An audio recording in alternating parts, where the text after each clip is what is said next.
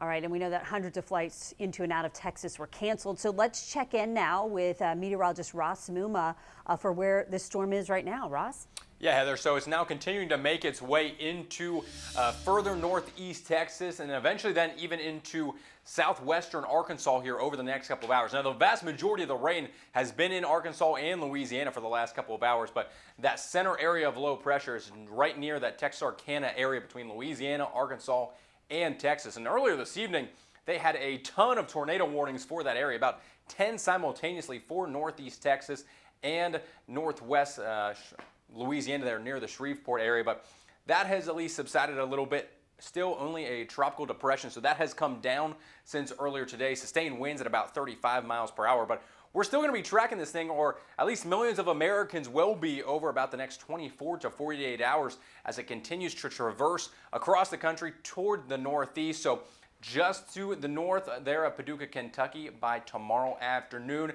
And then by Wednesday up into really the Rust Belt of the country, the Great Lakes, even the Northeast region, Cleveland, Toronto, Buffalo even could see some rainfall and heavy effects from this. So we're going to continue to track that here over the next couple of days, like I mentioned. But good news for us and for all Floridians is that over the next 7 days, the National Hurricane Center is not expecting any kind of other tropical activity besides Beryl. So no direct impacts are going to be expected here along the first coast. But we are still going to see a ton of moisture, at least from the remnants of Beryl. So here's really the main section of that moisture headed up into the mid-Atlantic northeast region. But you can kind of see the tail end of it is draped across the southeast, and then yes, right through Jacksonville, so pretty much straight across from the Panhandle over here towards the first coast. And that is going to keep that high moisture content around and those high rain chances here over the next couple of days. So unfortunately, we're still going to see yet another round of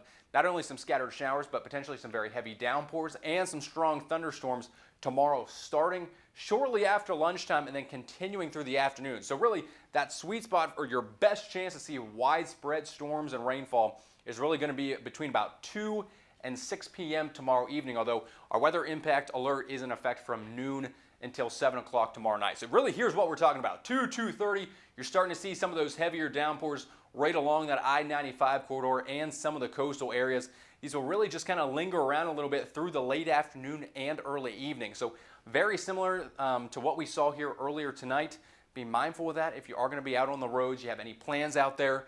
Blinding rain is certainly going to be a concern there through your evening commute tomorrow. But by 7:30 at the latest, most of those storms are going to be cleared on out then, and the rest of your Tuesday evening will be dry after that. Now, looking ahead to Wednesday, we're going to see another chance for some scattered showers and some thunderstorms as well, moving in from the west and then continuing to the east. I do think coverage might be slightly lower on Wednesday, so only about a 60% coverage area of us are going to be hit there with rain on Wednesday. Similar story then for Thursday as well, low to mid 90s temperature-wise. About 60% of us get hit by some of those thunderstorms, and we're going to keep those rain chances around here over the next couple of days. 60% chance for your Thursday, your Friday as well, but then we also start to heat up mid 90s by the weekend.